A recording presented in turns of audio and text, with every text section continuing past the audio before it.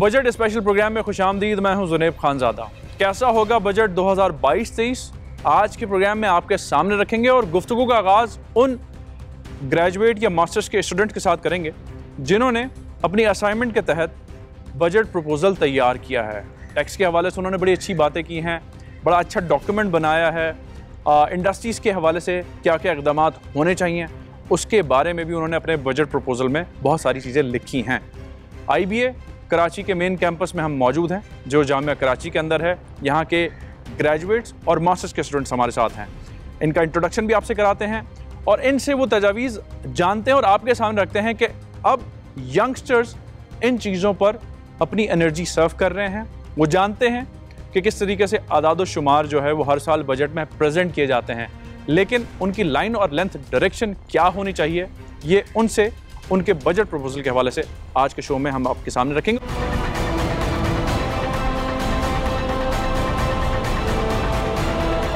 मेरा नाम सना अहमद अलवी है एंड मैं MBA में हूँ। जी, मेरा नाम तलहा यूसुफ है और मैं MBA का 3rd ईयर स्टूडेंट हूँ। अस्सलाम वालेकुम, मेरा नाम उरूज फातिमा है और मैं IBA में 4th सेमेस्टर की स्टूडेंट हूँ। मेरा नाम मुसीरा है और मैं 5th सेमेस्टर की स्टूडेंट हूँ। मेरा नाम फसी ज़ुल्फ़िकार है और मैं भी 4th सेमेस्टर स्टूडेंट हूँ। मास्टर से मेरे पास कितने स्टूडेंट्स हैं इस वक्त? सना हैं और तलहा यूसुफ हैं। तो पहले मैं शुरुआत आपसे करता हूँ, देन हम आपकी तरफ भी आते हैं ग्रेजुएशन के जो स्टूडेंट्स हैं। पहले तो ये बताइए कि जो असाइनमेंट आपको मिली कितने दिनों में आपने इसको कंपाइल किया और कैसे इस आइडिया पे आपने काम करना शुरू किया? सबसे पहले तो हमने 7 दिन में मुकम्मल किया है ये पूरा असाइनमेंट। और इसको बनाते हुए जो चीज़ें हमने जहन में रखी वो ये था कि जब वफाकी बजट पेश किया जाता है तो उसमें एक ऑब्जेक्टिव होता है कि गवर्नमेंट को अपने रेवेन्यूज़ ज़्यादा करने हैं, अपने ख़र्चे कम करने हैं। तो हमने एक ऑब्जेक्टिव डिसाइड किया पहले कि क्योंकि हम IMF प्रोग्राम से बहुत बाउंडेड हैं, वो प्रोग्राम हमें आगे लेकर आगे सालों में चलना है, तो सबसे बड़ी कंस्ट्रेंट या लिमिटेशन जो हमें फ़ेस करनी पड़ी वो IMF प्रोग्राम था।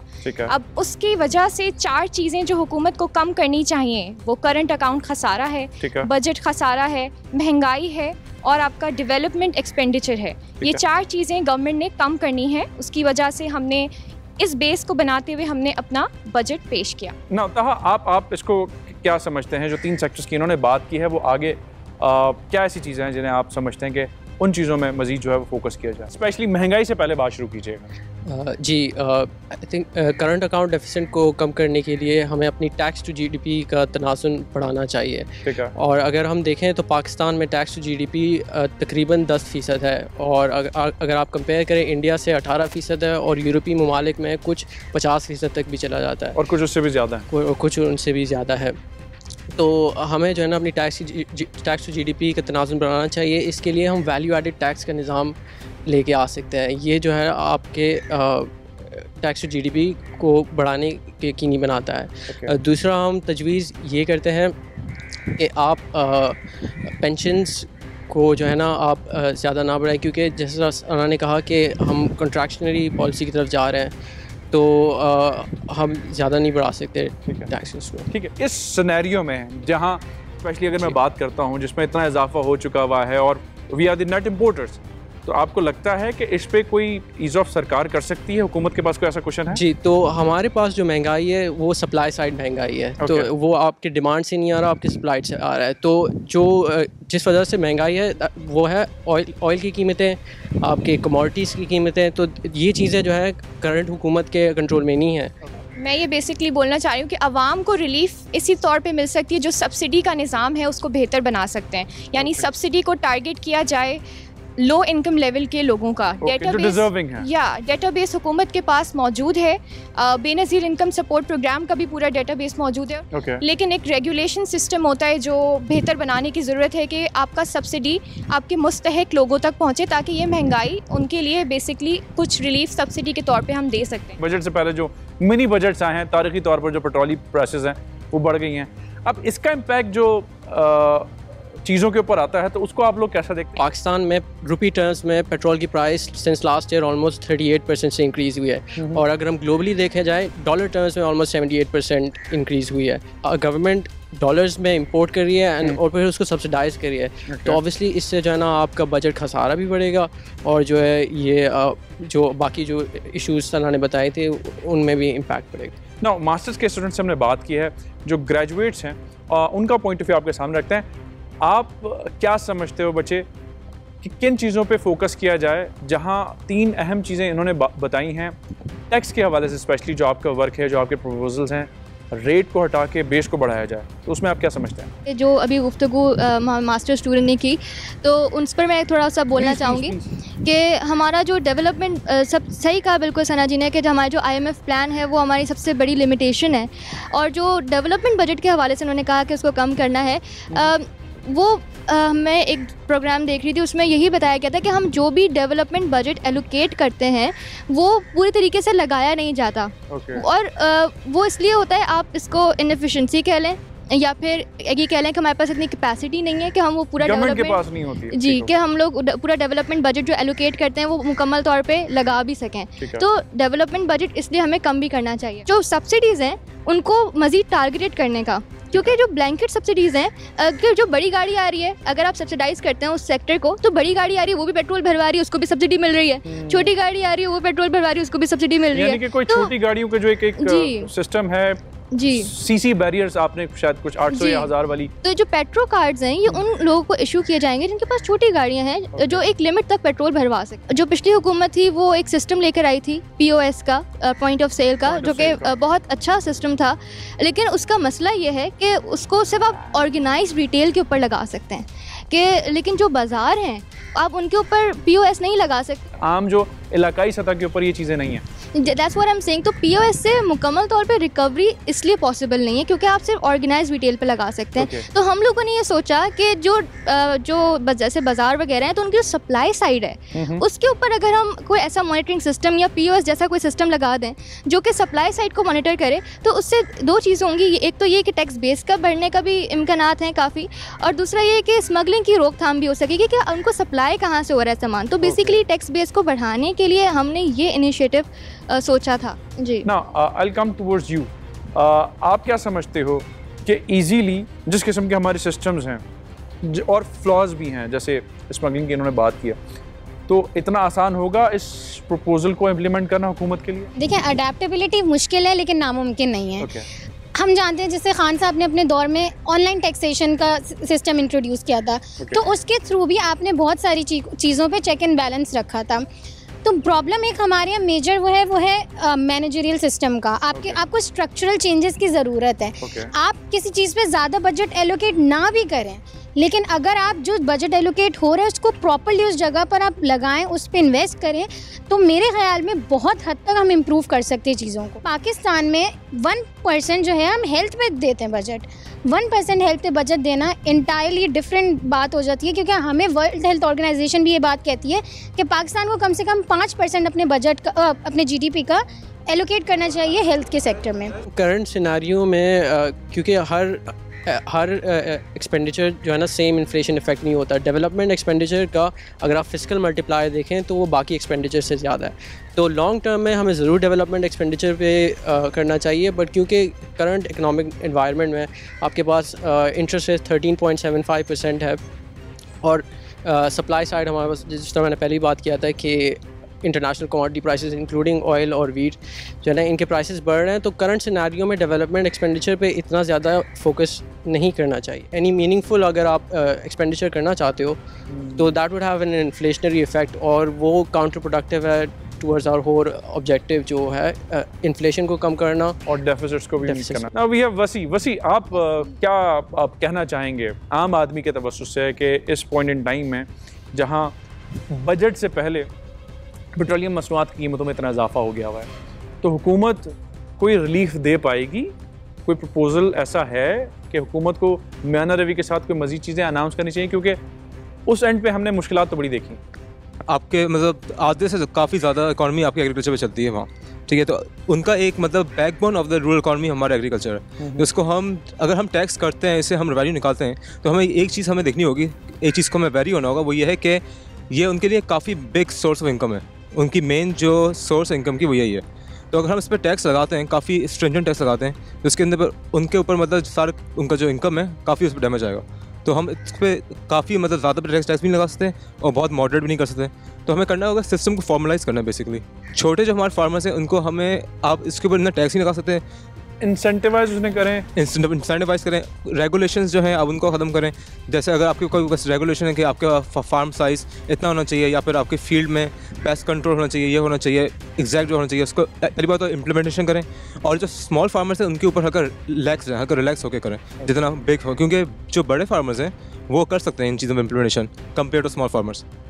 इस प्रपोज़ल पे जो आपने काम किया है, जो अपनी अपनी गुजारिशात या चीज़ें उसमें रखी हैं, ये पॉइंट जहन में था कि जी पाकिस्तान की इकॉनमी के बारे में ये बड़ा एक मिथ है कि जी अनडॉक्यूमेंटेड हैं, तो शायद यही वजह है इतने लूप होल्स की, इतनी जो है वो सिचुएशन वर्स्ट है कि चीज़ें काउंट में नहीं हैं। तो इस पे ज़रा मुझे अपना एक एक पॉइंट ऑफ व्यू दे दीजिए कि आप क्या समझते हैं कि किस हद तक गैप आपकी नज़र में है, और जो चीज़ें अभी तक आपने गो थ्रू की हैं इस प्रपोज़ल को तैयार करने में, तो उसमें कहाँ से इसको बेहतर बनाया जा सकता है? 3 इंडस्ट्रीज़ ऐसी हैं जो आपकी टैक्स चोरी बहुत ज़्यादा करती हैं, अनडॉक्यूमेंटेड है। फार्मास्यूटिकल है, आपका हाउसिंग सेक्टर है, और आपका wholesale and retail trade वाला सेक्टर है। ये 3 सेक्टर्स जो हैं काफ़ी इनफॉर्मल इकॉनमी इनमें एग्जिस्ट करती है। और इसके लिए हमने यही तजवीज़ दी कि आपका जो निज़ाम है wholesale and retail trade में नए बिजनेसेस रजिस्टर करवाने का, इसको कंप्यूटराइज बनाया जाए। हम अब भी पेपर और कागज़ और इस पर डिपेंडेंट है, हमारा कोई मुकम्मल डेटाबेस मौजूद नहीं है जिससे हम टैक्सेशन की कोई हमारे पास रिकॉर्ड हो, कुछ भी नहीं है।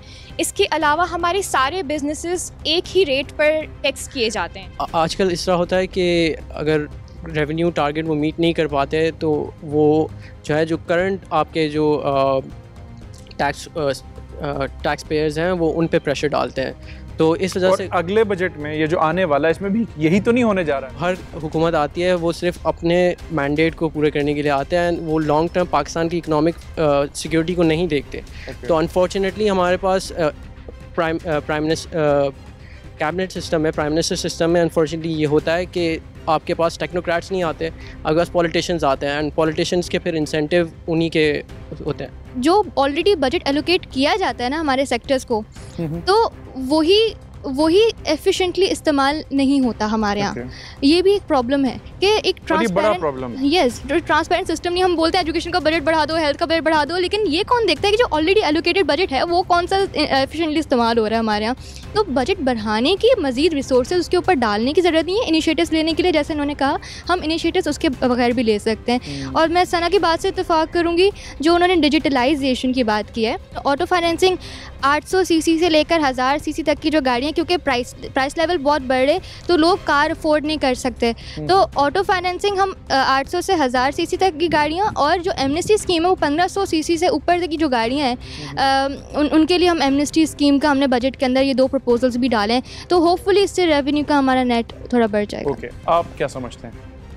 मैं 2-3 चीज़ों पे बात करना चाहूँगी। मेरे नज़दीक अगर आप लॉन्ग टर्म पॉलिसीज़ की बात भी करते हैं तो एक तो हमारे पास मेजर फैक्टर ये है कि हमारी गवर्नमेंट्स कंसिडर ही नहीं करती हैं कि लॉन्ग टर्म उनको कुछ सोचना भी है, अपने लिए अफोर्ड नहीं कर पाती वो, क्योंकि उनका वो 5 साल का टेन्योर होता है, उनको उस टेन्योर में ऐसा काम करना होता है कि भाई वो अगली गवर्नमेंट में आ सकें।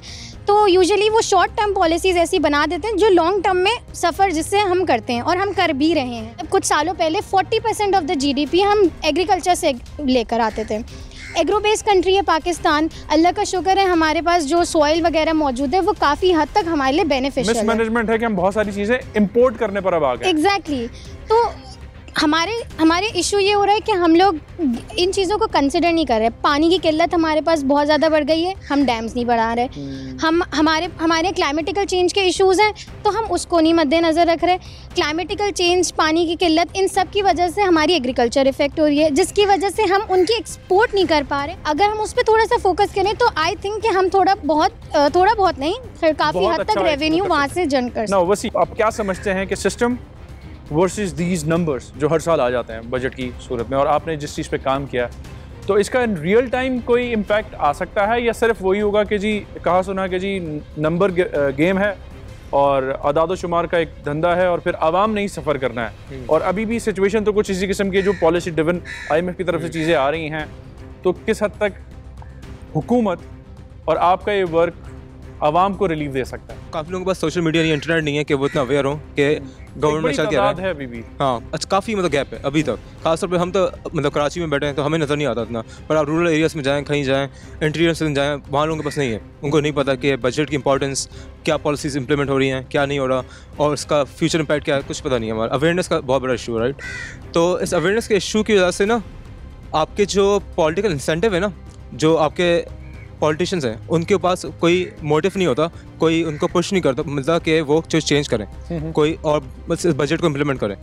तो उसमें होता है क्या है कि बजट आप नंबर्स निकाल लेते हो पर वो इम्प्लीमेंटेशन नहीं होती, पर ये ग्रेजुअली हल्के हल्के अब ये चेंज हो रहा है। अब जिस तरह पीटीआई आई, पीटीआई के अंदर जब आई, सोशल मीडिया के ऊपर काफ़ी लोगों की मतलब काफ़ी सपोर्ट है पीटीआई की। सोशल मतलब लोगों को एक पॉलिटिकल सेंस आया, पॉलिटिकल अवेयरनेस बहुत क्रिएट हुई है। पॉलिटिकल सेंस आ गया, इकोनॉमिकल सेंस बहुत ज़्यादा ज़रूरी है। एग्जैक्टली, और दोनों चीज़ें बड़ी रिलेट करती हैं जिससे सोसाइटी ग्रो करती है। एग्जैक्टली। मैं बस लास्ट कमेंट में मैं ये कहना चाहूँगी कि हमने जो भी बजट बनाया है वो इन चीज़ों को मतलब इन चीज़ों को अज्यूम करते हुए बनाया है कि जी गन्ने की कटाई वक्त पर हो, LNG आप वक्त पर ऑर्डर कर लें, तो इस तरह कुछ डिलेज ना हो। सारे इशू से बच सकते हैं, ये अज्यूम कर लिया हमने, क्योंकि आजकल जो इकोनॉमी है वो हम आइसोलेट करके नहीं देख सकते, पॉलिटिकल इकोनॉमी है, यू नो दैट। तो बस यही मेरा लास्ट कमेंट। बहुत शुक्रिया आप तमाम लोगों का, and thank you very much कि बड़ी फ्रूटफुल गुफ्तगू हुई और यंगस्टर्स अब ऐसी चीज़ें सोच रहे हैं, इन चीज़ों पर काम कर रहे हैं, एंड होपफुली एक अच्छा मैसेज इस गुफ्तगू से भी जाएगा जो अभी तक तो मैंने महसूस किया है। प्रोग्राम में मुझे एक ब्रेक की तरफ जाना है।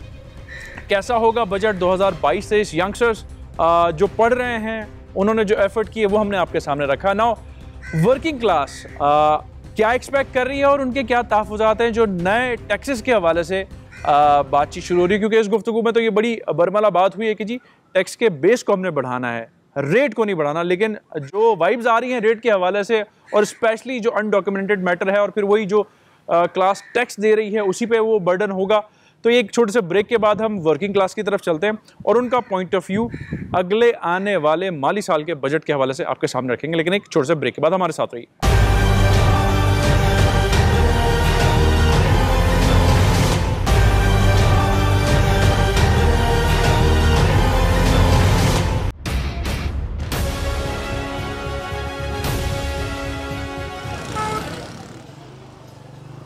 वेलकम बैक नाज़रीन। प्रोग्राम के इस हिस्से में हम बात करेंगे आने वाले बजट के हवाले से वर्किंग क्लास क्या एक्सपेक्ट कर रही है, जो ये कहती है कि जी कंट्रीब्यूशन टैक्स नंबर्स में उनका अच्छा खासा है बट इन रिटर्न बजट से उन्हें कुछ नहीं मिलता। अब ये क्या कहते हैं और क्या एक्सपेक्ट कर रहे हैं। ख़वातीन भी हमारे साथ मौजूद हैं तमाम से, बहुत शुक्रिया आप तमाम लोगों का। ख़वातीन से हम स्टार्ट कर लेते हैं। नाउ अनदर फाइनेंशियल ईयर, एक नया बजट, आपके लिए इस बजट में कुछ है? ये तो बजट आने के बाद ही पता चलेगा, लेकिन वी आर एक्सपेक्टिंग कि बजट हमारे लिए जो वर्किंग क्लास है उसके लिए अच्छा हो। हमारे जो हमारी प्रोडक्ट्स इतनी महंगी हो रही हैं, हमारे जो कॉस्मेटिक्स पे है इतने एक्सपेंसेस टैक्सेस लग रहे हैं, हमारी जो डेली वेयर की चीज़ें उन पे एक्सपेंसेस लग रहे हैं, तो एक्सपेक्टिंग कि कुछ चेंज आए, लेकिन करंट सिचुएशन को देखकर तो ऐसा बिल्कुल नहीं लग रहा। आफ्टर आज तक कभी बजट से चेंज आया है या बजट ने कुछ अच्छा आवाम के लिए किया है या जस्ट एक नंबर गेम है? कुछ लोग ये भी राय रखते हैं, आप अग्री करती हैं इससे? बिल्कुल अग्री करती हूँ इस बात से, क्योंकि कभी इतना कुछ फ़र्क नहीं पड़ा बजट आने से, ना इतनी इंप्रूवमेंट आई है, और अब जैसी करंट सिचुएशन चल रही है और पेट्रोल के प्राइसेस बढ़ रहे हैं, तो उसके बाद तो बिल्कुल नहीं लग रहा कि मतलब मिनी बजट पहले आ गया बजट, बड़े बजट आने से। What do you expect? Absolutely agree with that, and like उम्मीद तो हर वक्त होती है इंसान को। अच्छा, और रखनी भी चाहिए अच्छे की। Yes absolutely, every year we are doing that, but कुछ होप सही से नज़र नहीं आ रही जिस तरह के हालात अभी भी चल रहे हैं। ऐसा तो नहीं है कि गवर्नमेंट एम्प्लॉयज़ बेनिफिट उठा जाते हैं, जो हमारे प्राइवेट एम्प्लॉयज़ हैं जिनके बारे में गवर्नमेंट वाले सोचते हैं कि जी इनको अच्छे पर्क्स एंड बेनिफिट्स मिल रहे हैं, उनको इस बजट में कुछ नहीं मिलता या हर बजट में कुछ नहीं मिलता? ओह वेल, हाँ थोड़ा सा इस पे भी है। वी वुड से कि एवरेज हाँ इस तरह भी होता है, but then again every citizen has to face something, तो वही फेस कर रहा है वो फिर। अच्छा, हमारे साथ मैं ख़वातीन आपसे मुझे मज़ीद भी आगे बात करें। फाइनेंस डिपार्टमेंट से कोई है इस जी जनाब? सर, फाइनेंस वाले भाई, जोड़ जमा करने वाले भाई, ज़रा बताएं ये बजट में होता क्या है? कंपनी का बजट बनाते हैं जी, तो ये हो क्या रहा है? ये जो करंटली बजट आएगा वो IMF का बजट होगा बेसिकली, और आप कहते हैं इसमें जो सब्सिडीज करंटली जो दी जा रही हैं वो वापस कॉल ऑफ की जाएंगी, और आई एम एक्सपेक्टिंग जिसका सिलसिला शुरू कर दिया गया है। बिल्कुल, सिलसिला शुरू कर दिया गया है। करंटली आप कहते हैं पेट्रोल जो है आपका अबव 200 का, इलेक्ट्रिसिटी की प्राइसेस आप देखेंगे कुछ दिनों में बढ़ जाएंगी दिस वीक, क्योंकि IMF से आपका नेगोशिएशन से उसी में हो सकती है कि जब आप अपने रिलीफ ऑफ सब्सिडीज को वापस कॉल बैक करेंगे आप। ओके, तो मैं एक्सपेक्टिंग कि मतलब आवाम के लिए बड़ी मुश्किलात हैं यहाँ। इनकी बातों से इत्तेफाक करते हैं। और ये वाला बजट ही IMF का है या माजी में भी हमारे बजट IMF के रहे? नहीं, माजी में भी हमारे बजट रहे हैं IMF से, लेकिन थोड़ा बहुत जो है पहले अगर हम बात करें पिछली गवर्नमेंट की भी तो थोड़ा बहुत रिलीफ दिया गया था उन अवाम के लिए जो मिडिल क्लास तबका है। ख़ास तौर पे जो हमारी गवर्नमेंट है उनको देखना चाहिए कि जो उनको एहसास होना चाहिए कि मिडिल क्लास तबका जो सैलरी लेके जाता है घर, ठीक है, अगर टैक्स की और इसके ऊपर और सब्सिडी हम लोग नहीं देंगे, जिस हिसाब से इन्फ्लेशन बढ़ रहा है, तो उस हिसाब से हमें थोड़ा बहुत रिलीफ देना चाहिए वर्किंग क्लास में जो काम कर रहे हैं। और ख़ास तौर पे लोअर क्लास जो मिडिल क्लास से भी नीचे है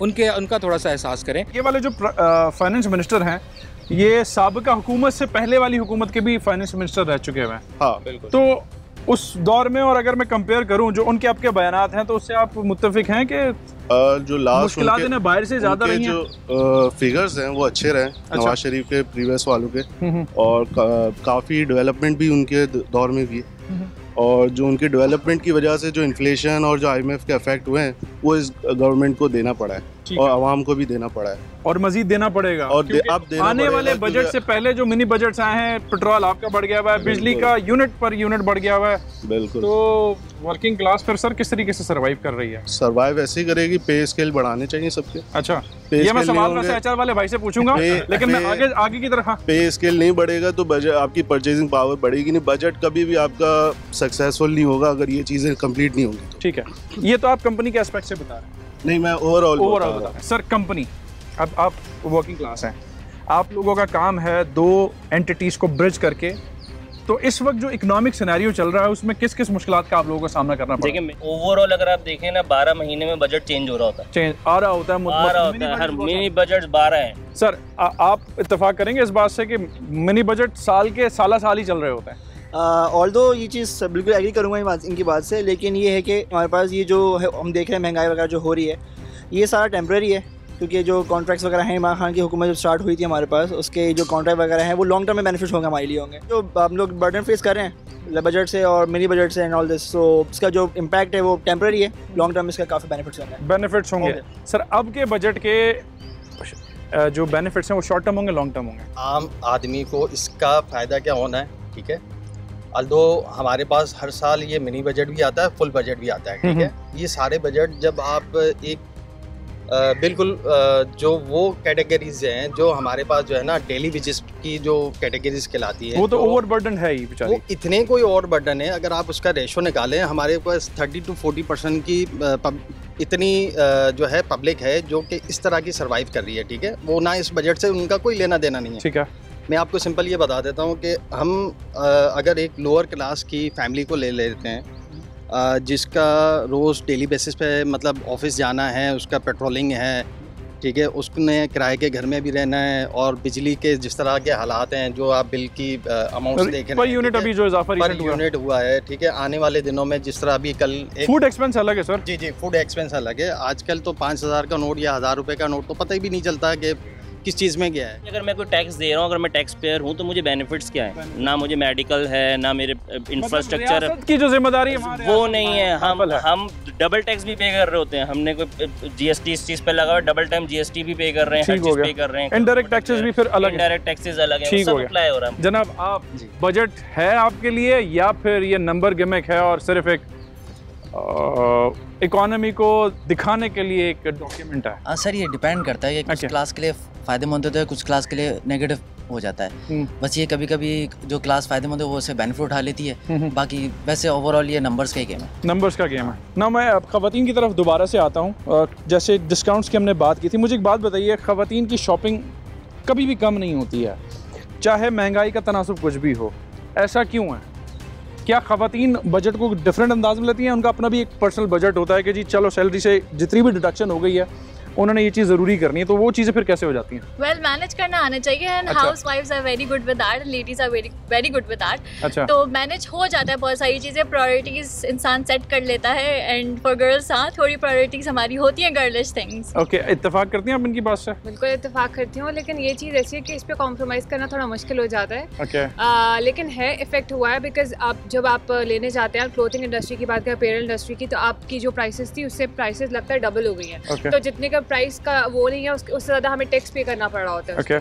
तो ये बहुत ज़्यादा इफेक्ट ये ऐसा तो नहीं है कि हमारी ख़वातीन ये जो ऑफर्स आई हुई होती हैं सेल्स वगैरह की, इनको देख के ज़्यादा इंस्पायर हो जाती हैं, तो उन्हें वो चीज़ें ज़्यादा मैनेजेबल लग रही होती हैं, बिल्कुल अट्रैक्ट करती हैं, जो आपके ये होते हैं आपके जो ऑफ मिलते हैं ऑफ सीजन पे, तो वो उस पर अट्रैक्ट होती हैं। ठीक हो गया ना। बैक टू द HR साहब। HR साहब, लोगों ने कहा कि जी तनख्वाहें उस तरह से नहीं बढ़ रही हैं, तो HR भी कहीं से बाउंड है या सिस्टम का एक इम्पैक्ट है? देखिए ये सिस्टम का इम्पैक्ट भी है, प्लस हम बाउंड भी होते हैं। देखें अगर हम बात करेंगे रॉ मटेरियल आपके ठीक है उनकी प्राइसेस इंक्रीज़ हो रही हैं, ठीक है आपके बैक एंड अगर आपकी प्राइसेस इंक्रीज़ हो रही हो तो ठीक है हमारी जो प्रॉफिटेबिलिटी है वो कम हो जाती है। तो हमें दोनों जगह बैलेंस करना पड़ता है, हमें कंपनी को भी बैलेंस करके चलना पड़ता है, हमें एम्प्लॉयज़ को भी बैलेंस करके चलना पड़ता है। तो ये थोड़ा सा हुकूमत को भी देखना चाहिए, ठीक है, और जो जिस हिसाब से जो भी फाइनेंशियल इंस्टीट्यूट्स में जो बैठे हुए हैं और जो बजट डिज़ाइन करते हैं उनको भी ये देखना चाहिए कि जिस हिसाब से रिलीफ देना चाहिए कंपनीज़ को भी, उसके ऊपर भी थोड़ा सा ध्यान दें, एम्प्लॉयज़ को भी ऊपर थोड़ा सा ध्यान दें, ताकि ये कि लोग ज़्यादा से ज़्यादा अपनी लाइफ को एंजॉय कर सकें, बजाय इसके कि वो बिजली के और पेट्रोल के जो है ना महंगाई के तले दब के जो है वो मर जाए। जितनी भी हमने देखा है कराची की आवाम वो ज़्यादातर इन्हीं चीज़ों में ही कर करके बेचारे जो है वो मर जाते हैं। टैक्स पे अच्छा कर रहे हैं, टैक्स का कलेक्शन यहाँ से अच्छा हो रहा है, लेकिन रियासत या इदारों की जो जिम्मेदारी है वो यहाँ पे नहीं हो रही। देखें टैक्स कलेक्शन करें, जैसे मेरे कुलीग ने बात की टैक्स का, देखें यहाँ पे कोई रिलीफ नहीं है हमारे पास। ठीक है। अगर हम बाहर के मुल्क की बात करें, मैं खुद बाहर से पढ़ के आया हूँ, तो वहाँ पे सोशल सिक्योरिटी के नाम पे बहुत सारी चीज़ें दी जाती हैं, ठीक है। वहाँ पे आप समझें कि अनएम्प्लॉयमेंट के लिए भी लोगों के लिए रिलीफ फंड्स हैं, ठीक है, समझे कि ओवर एज लोगों के लिए भी रिलीफ फंड्स हैं, तो यहाँ पे हमारे लिए कुछ भी नहीं है। तो हम तो सिर्फ यही सोचते हमारा 60 साल गुजर जाते हैं कि हम अपने बच्चों के लिए क्या करेंगे और उसके बाद हमारा क्या होगा। एक कंपनी में काम करते हुए पॉलिसी मेकिंग, फेडरल या प्रोविंशियल या हुकूमत की पॉलिसी मेकिंग का कितना इन्फ्लुएंस है फैसलों के अंदर कि आपकी रनिंग कॉस्ट भी चलती रहे और आप चीज़ों को अपने एम्प्लॉयज़ के लिए बेनिफिट्स भी बनाते रहें? डेफिनेटली बहुत ज़्यादा डिपेंडेंसी होती है, इसलिए अब जैसे कि आप लोगों ने अभी देखा कि इंटरेस्ट रेट बिल्कुल रिसेंट में आपका इंटरेस्ट रेट को 13.75 कर दिया गया, तो डायरेक्टली आपकी कॉस्ट ऑफ प्रोडक्शन हाई हो जाती है ऑटोमेटिकली। ट्रांसपोर्टेशन कॉस्ट ऑटोमेटिकली बढ़ गई, कॉस्ट ऑफ प्रोडक्शन दोबारा आपकी हाई हो गई, आपके प्रॉफिटेबिलिटी मार्जिन ऑटोमेटिकली रिड्यूस होने स्टार्ट जाते हैं, तो कंपनी प्रॉफिटेबिलिटी से ऑटोमेटिकली लॉस में आ जाती है। और जब आपके पास पॉलिटिकल अनसर्टेनिटी भी चल रही है, पॉलिटिकल अनसर्टेनिटी हो, प्राइसेस इंक्रीज़ कर दी गई। उससे पहले कहा गया कि आपका शहबाज शरीफ ने कहा गया कि अभी अब कोई क्लैरिटी नहीं है कि हम पढ़ाने के मूड में नहीं है, लेकिन अनएक्सपेक्टेडली मतलब ये कि रात में 10 बजे अनाउंस कर दिया गया, 12 बजे लोग लाइन में खड़े होकर पेट्रोल भरवाने लगे, तो ये शो करता है कि गवर्नमेंट बहुत ज़्यादा अनसर्टेन है अपने डिसीजंस को लेकर। इससे काम पे सर फिर फ़र्क पड़ रहा है कारोबार पे, या देखिए काम पे कारोबार पे फ़र्क पड़ रहा है, ठीक है, इंडेक्स डाउन हो रहा है, ठीक है, लोग इन्वेस्टमेंट नहीं कर रहे, ठीक है, जो पहले लोग आप समझे कि ख़ासतौर पे जो आप समझे कि एक्सपोर्ट के जो इदारे हैं, ठीक है, पहले हमारे पास इन्वेस्टमेंट आ रही थी लास्ट ईयर तक, ठीक है, लास्ट कुछ मंथ तक भी इन्वेस्टमेंट आ रही थी, लेकिन अब समझे जब से ये रिजीम आया, जो चेंज आया है, उसके बाद से लेकर लोगों ने, इंटरनेशनल लोगों ने भी समझे कि इन्वेस्टमेंट अपनी करना बंद कर दी है, लोकल ने भी अपने पैसों को होल्ड कर दिया है, ठीक है, जितना वो होल्ड करेंगे उतना ही प्रॉब्लम हम लोग जो है वर्किंग क्लास के ऊपर आएगा, क्योंकि इकोनॉमिक साइकिल डिस्टर्ब हो चुका है, अब वो किस डायरेक्शन में जाएगा, ठीक है, ये आने वाला वक्त ही बताएगा, ठीक है। इमरान खान अभी 6 दिन देखते हैं कि हमारे वो 6 दिन किस तरह गुजरते हैं, ठीक है, उसके बाद क्या चेंज आएगा, ठीक है, we are waiting for that, ठीक है, और होप के जो नून लीग भी आई हुई है वो भी अगर अपने पॉजिटिव चेंज लाए, ठीक है, तो वो भी बेस्ट है, ठीक है, जो भी आए गवर्नमेंट को मुतमईन करने के लिए हमें मसबत हमें अपना दिल खुश रखना चाहिए, ठीक है, पॉजिटिव साइड। आप तमाम लोगों का अपना पॉइंट ऑफ व्यू दिया, वर्किंग क्लास का आने वाले बजट के हवाले से हमने पॉइंट ऑफ व्यू आपके सामने रखा है, क्या एक्सपेक्ट कर रहे हैं, क्या हो रहा है और क्या क्या इम्पैक्ट्स पड़ते हैं वर्किंग क्लास को। एक छोटा सा हमने ब्रेक लेना है।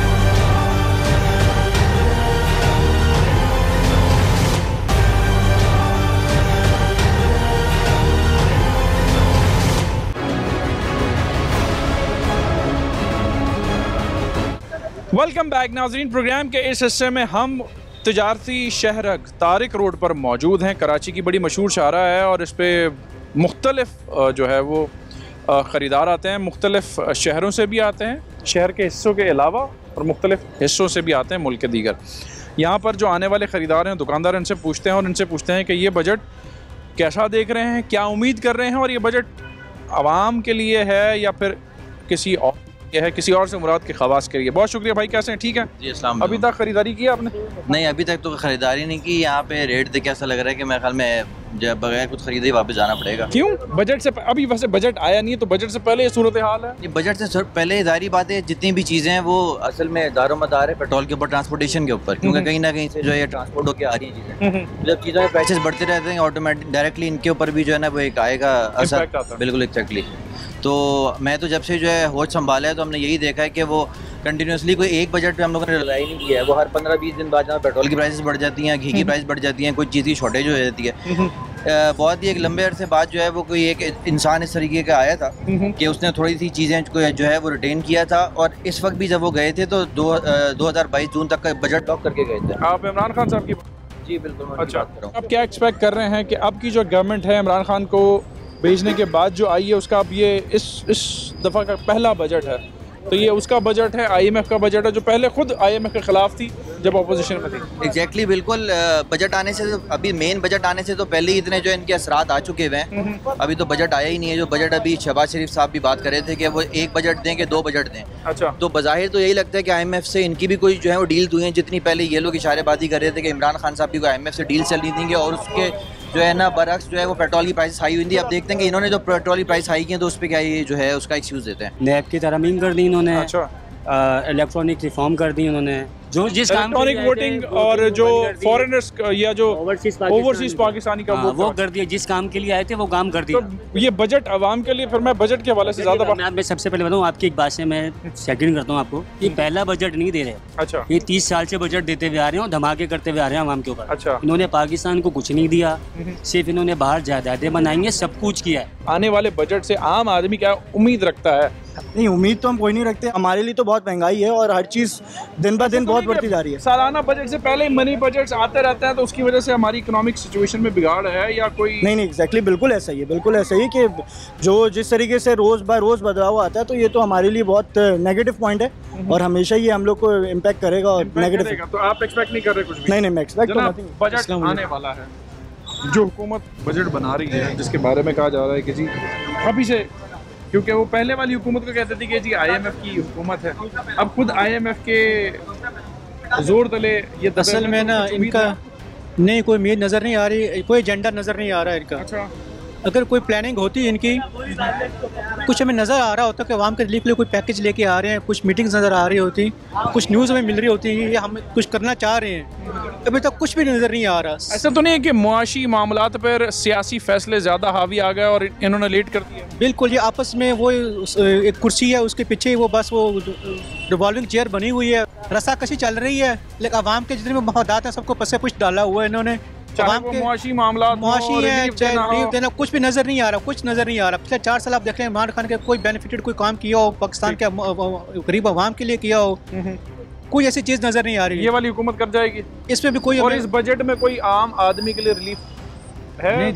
कोई रिलीफ आप देख, ऑलरेडी हम मुआशी सिचुएशन में उलझे हुए हैं कि IMF पैकेज देगा तो हम शायद बजट बना पाएंगे, फिर तो कोई मैं रिलीफ नहीं। अगर IMF के पीछे हम पड़े रहेंगे तो फिर हम कुछ नहीं कर सकते। ठीक हो, IMF तो अपनी मर्जी से चला रहे हैं हमें। अच्छा। उसके मफादात पहले हैं फिर बाद में हमारे हैं। ठीक हो, जैसे वो कहेगा हमने वैसे ही करना है, मजबूरी है, मजबूरी है हमारी, चाहे कोई भी हुकूमत हो, जैसे जो कोई भी हुकूमत हो। ठीक हो गया। बजट किसी के लिए कोई फ़ायदा नहीं है, सब हुक्मरान अपने फ़ायदे के सोचते हैं। अच्छा। आवाम जैसे पहले था आज भी वैसा ही है, अमीर अमीर हो रहा है, गरीब गरीब हो रहा है, और कुछ नहीं है। हालिया बजट से कबल जो हुकूमत ने फैसला किया पेट्रोल की प्राइसेस बढ़ाकर, बिजली की कीमतें बढ़ाकर, तो इससे तो मजीद महंगाई का तूफान आ जाएगा। बिल्कुल आएगा। और हमें कहा जा रहा है कि जी IMF की तरफ से कहा जाता है, तो फिर इसमें IMF का कोई कसूर नहीं है। IMF का तो टाइम गुजरता जा रहा है। अब हम फॉर एग्जांपल कारोबार करते हैं, एक चीज़ अपनी टाइम पे लेते हैं, वो हम टाइम पे नहीं दे पा रहे, हम अपना साइड पे करते जा रहे हैं, उनको नहीं दे रहे, तो जाहिर सी बात है वो तो हम पे अपना महंगाई करेगा ना। किसी चीज़ का भी नहीं, सिर्फ हुक्मरानों का कारोबार है, हुक्मरानों उनका बिजनेस है, उनका बिजनेस है, और किसी का बिजनेस नहीं। आवाम का लिए कुछ मर रहा है, आवाम मर रहा है, अमीर अमीर हो रहा है, गरीब गरीब हो रहा है। अमीर अमीर हो रहा है, गरीब गरीब हो रहा है। और भी लोगों से हम बात करते हैं, उनका पॉइंट ऑफ व्यू आपके सामने रखते हैं। जनाब, बजट, खवातीन, घरेलू खवातीन, मुझे ज़रा बताएं, बजट आपका है, मेरा है या किसी और का है? अभी तो कुछ नहीं समझ आ रही। अच्छा। मुल्क के हालात ऐसे हैं। वैसे पेट्रोल बढ़ने के बाद कुकिंग ऑयल और ये चीज़ों में कितना फर्क बढ़ चुका है, हर चीज़ बढ़ चुकी है ना, हर चीज़ बढ़ गई हुई है जी। बहुत हालात ख़राब हुए हुए, अल्लाह ताला बस बेहतर करे। अच्छा, इससे आम तौर पर ख़वातीन हस्बैंड से बड़ा लड़ती हैं, तो ऐसे तो मामला घर में तो नहीं होगा? ऐसे बिल्कुल भी नहीं। हालात ये वाले तो खराब नहीं हुए? हालात इन्होंने खुद ही डील करना है, जैसे भी करना है। अच्छा, हाँ जी, मतलब बस आप लेकर आए, हमने हाँ जी बिल्कुल ऐसे। कौन सच्चा कौन झूठा नहीं समझ में आ रहा कुछ। बहुत शुक्रिया। और भी लोगों से हम बात करते हैं और उनका पॉइंट ऑफ व्यू आपके सामने रखते हैं कि वो क्या एक्सपेक्ट कर रहे हैं, क्या कहना चाहते हैं, मुआशी सूरत हाल को वो कैसा देख रहे हैं। समझ में तो कुछ ऐसी ख़ास नहीं आ रही है। जब से ये नवाज शरीफ की हुकूमत और शहबाज शरीफ की हुकूमत आई है, उस टाइम से एक तरह से प्राइसेस और इंक्रीज़ हो रहे हैं। अच्छा, डिक्रीज़ नहीं हो रहे।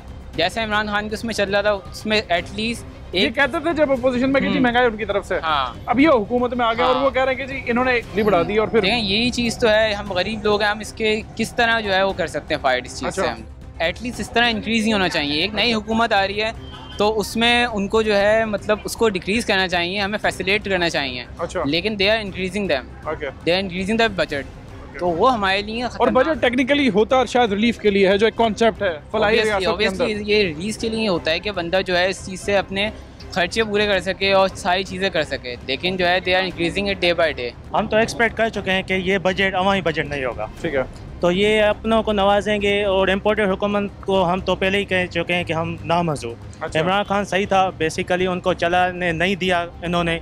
अभी देखें IMF के मुतालबात मानने के लिए बिजली अलग बढ़ा दी है, बिजली अलग बढ़ा दी। तो ये क्राइसिस इनसे हम एक्सपेक्ट नहीं कर सकते हैं ये कोई रिलीफ देंगे। बहुत शुक्रिया।